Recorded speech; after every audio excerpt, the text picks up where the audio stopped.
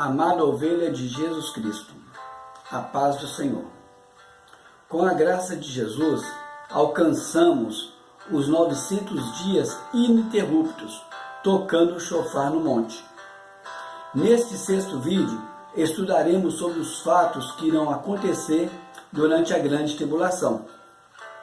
O primeiro acontecimento será o caos, por causa das tragédias registradas nas Escrituras, em Lucas 21, versículos 25 e 26. Imagine como ficaram as pessoas que perderam tudo da noite para o dia, com o tsunami que arrasou o litoral da Ásia. Também os moradores das cidades de Hiroshima e Nagasaki. Quando isso acontece, vem apoio de outros países, mas se tratando da grande tribulação, o caos virá em maior grau de calamidade e em todo o planeta, onde cada país estará ocupado com os seus próprios problemas. Então será necessário administrar a nova realidade. Nessa reorganização, o satanismo terá a incumbência de trazer a ordem mundial, onde colocará em prática o plano satânico registrado nas Escrituras. Em um cenário de caos, todos que se opõem, dificulta ou impede a implantação da ordem pública ou social, mesmo por ideologia política, religiosa ou cultural, são vistos como desordeiros, passando a ser perseguidos pela própria população, podendo até ser preso pelos líderes que estão trazendo a ordem. Assim também acontecerá durante a grande tribulação, onde o satanismo iniciará a perseguição ao cristianismo e ao judaísmo. Também a todos que apoiar ou escondê-los, alegando que esses estão pregando a desordem, acusando-os de perturbadores da ordem e da paz. Para trazer a ordem, o satanismo irá utilizar o código de barra. Da mesma forma que é utilizado em produtos, será colocado nos seres humanos, com o número da besta entre os números de cada produto.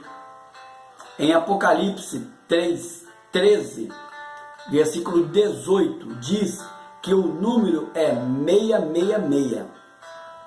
Quem recusar esse código não poderá ter emprego formal, receber salários, movimentar serviço bancário, obter a CNH, não poderá possuir imóveis, veículos, empresas, pois os impostos serão pagos utilizando o código de barra. Não poderá usar nem levar os filhos nos locais de serviço de saúde pública, nem mesmo em caso de urgência, pois todos os dados dos usuários serão registrados no código de barra. Não poderá estudar nem inscrever os filhos no sistema de ensino público ou particular, devido à necessidade de constar os seus dados no Sistema Único de Identificação. Até a honra de ser enterrado ou enterrar os entes queridos em locais apropriados será vetado por não fazer parte do sistema. Em Apocalipse 13, versículos 16 e 17, diz que quem não aceitar o número da besta não poderá comprar nem vender, pois a moeda corrente será o chip. Muitos crentes encontram dificuldade de viver a vida cristã durante o tempo da graça, que compreende ao início do ministério de Jesus até o arrebatamento da igreja. Se tem dificuldade nesse tempo, muito menos conseguirão viver a vida cristã durante a grande tribulação. Por isso, a maioria irá ceder e deixar colocar o número da besta.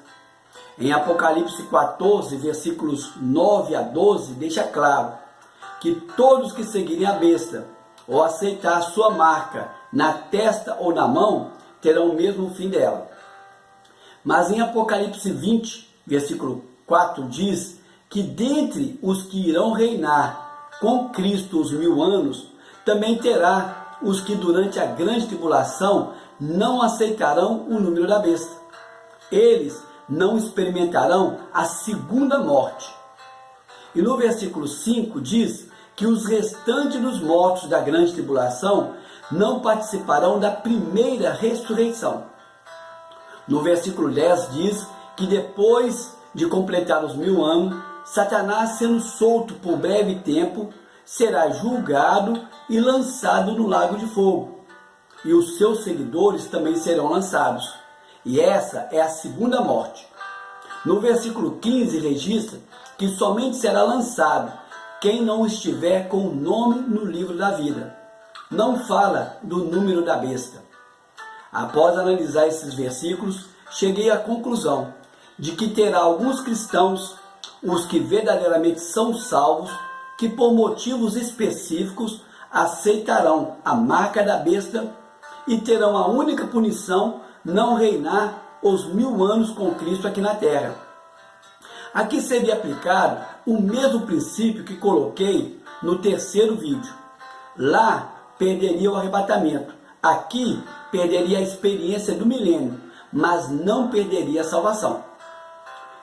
Sempre foi registrado anomalias na natureza, principalmente no nascimento de seres humanos, de animais e vegetais.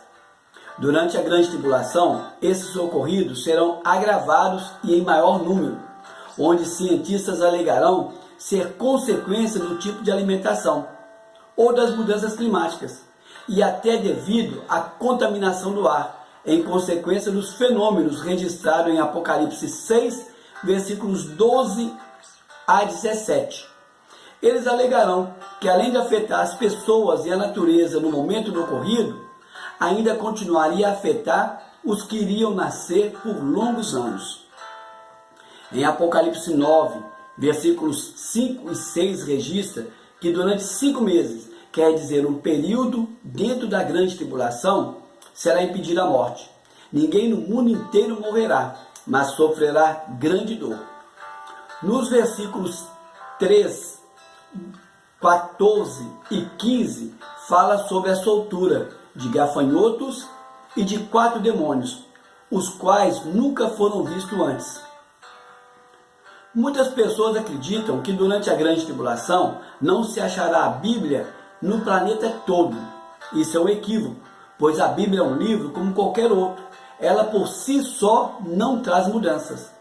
Prova disso é que existe uma faculdade de estudos chamada teologia, que estuda as religiões, inclusive o cristianismo, e por anos estudam a fundo a Bíblia, e nem por isso conhece as Escrituras, pois o que faz diferença entre a Bíblia e os outros livros é o fato dela ser inspirada por Deus, como está registrado em 2 Timóteo 3,16. E em 1 Coríntios 2,11 diz que as coisas do Espírito só o Espírito de Deus revela. Em Lucas 24:45, Jesus mostra isso na prática, ao abrir o entendimento dos discípulos, que, além de ter andado com ele, conheciam as Escrituras, mas só a partir desse momento passaram a entender as Escrituras. Isso quer dizer que durante o tempo da graça foi dado à igreja, aos convertidos, a condição de ver a Bíblia com os olhos espirituais, o que chamamos de palavra rema, palavra viva, que é Deus falando conosco através das letras contidas na Bíblia.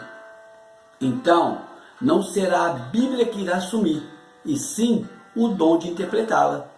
Durante a grande tribulação, somente 2 pessoas terão condições de ensinar claramente, e quem estiver ouvindo terá condições de entender e interpretar a Bíblia, só onde será visto frutos de evangelismo, o que será raro nessa época. Essas 2 testemunhas são as únicas que manifestarão os dons do Espírito Santo com maravilha. Em Apocalipse 11, versículo 3, elas são descritas como as 2 testemunhas. Alguns eruditos acreditam que serão judeus cristãos. Essas 2 testemunhas, no fim dos seus ministérios, serão mortas, ressuscitarão e serão arrebatadas. Aqui faço uma observação com relação ao ensino de Paulo em relação ao arrebatamento, registrado em 1 Tessalonicenses 4, versículos 15 a 17, onde ele diz que primeiro ressuscitarão os mortos, depois os vivos. Ao dizer isso, ele também se colocou junto aos vivos, dizendo: depois nós, os vivos. E Paulo já morreu, não está no nosso meio.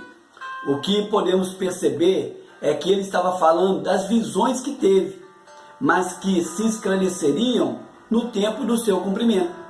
Podemos perceber que os mortos eram os que viriam a morrer durante a grande tribulação e que continuariam mortos durante o milênio.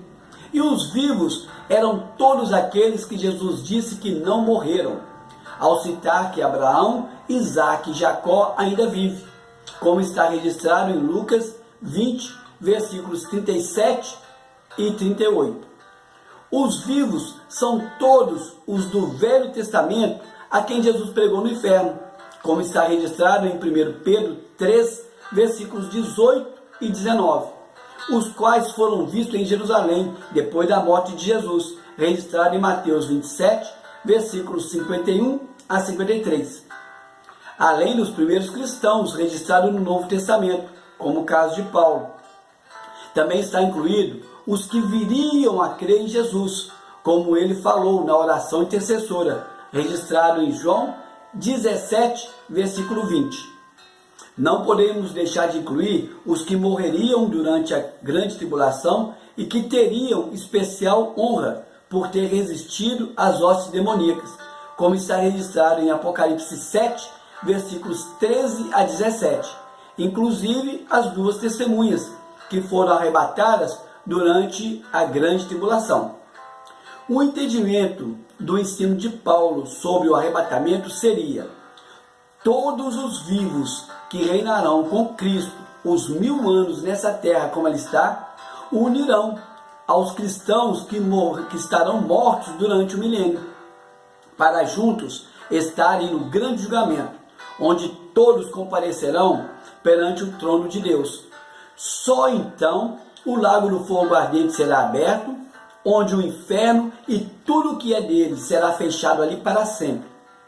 Então essa terra será destruída, e virá novo céu, nova terra e nova Jerusalém, como está registrado em Isaías 65, versículos 17 a 25, em Apocalipse 21, versículos 1 a 27, também no capítulo 22, versículo 1 a 5. Creio que esses assuntos que citei são necessários para termos um entendimento geral dos fatos que atingirão os que aqui ficarem. No 7º vídeo, estudaremos com detalhe a teoria que faz referência ao ano de 2018 com relação ao arrebatamento da igreja. Até a próxima, em nome de Jesus.